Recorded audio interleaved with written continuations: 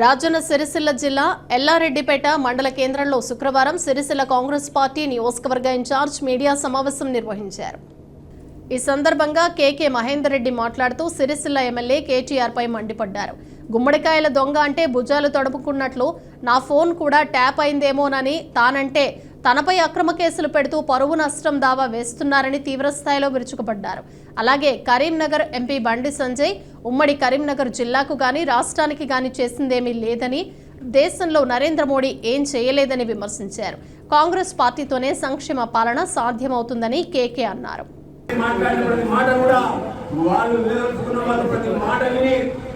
రాజకీయంగా కట్టడి చేయడానికి దొంగ అయితే వీళ్ళు తోడు దొంగలు రాజకీయంగా.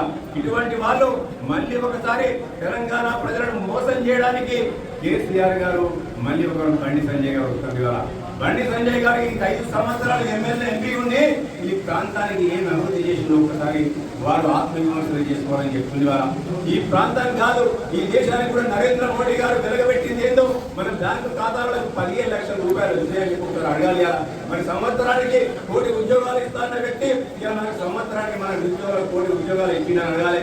ఇలా రైతులకు వ్యతిరేకంగా నల్ల చట్టాలు తీసుకొస్తే ఢిల్లీ పరిసర వీధుల్లో అనేక మంది రైతులు, వేలాది మంది రైతులు ఇలా ఉత్తరప్రదేశ్ నుంచి, బీహార్ నుంచి, పంజాబ్ నుంచి, హర్యానా నుంచి వస్తుంటే వాళ్ళ మీద ఏ విధంగా భాషవాయు ప్రయోగించి రైతులకు వ్యతిరేకంగా ప్రవర్తిస్తున్న అందరూ కూడా ఒకసారి గమనించాలి. దయచేసి ఇటువంటి పరిస్థితుల్లో మన రాష్ట్రాన్ని మనం కాపాడుకోవాలి, మన దేశాన్ని మనం కాపాడుకోవాలి. కన్న తల్లి కన్న పిల్లలపైన కన్న తల్లిదండ్రులకు ప్రేమ ఉంటుంది. ఈ రాష్ట్రానికి స్వతంత్రం ఇచ్చింది కాంగ్రెస్ పార్టీ.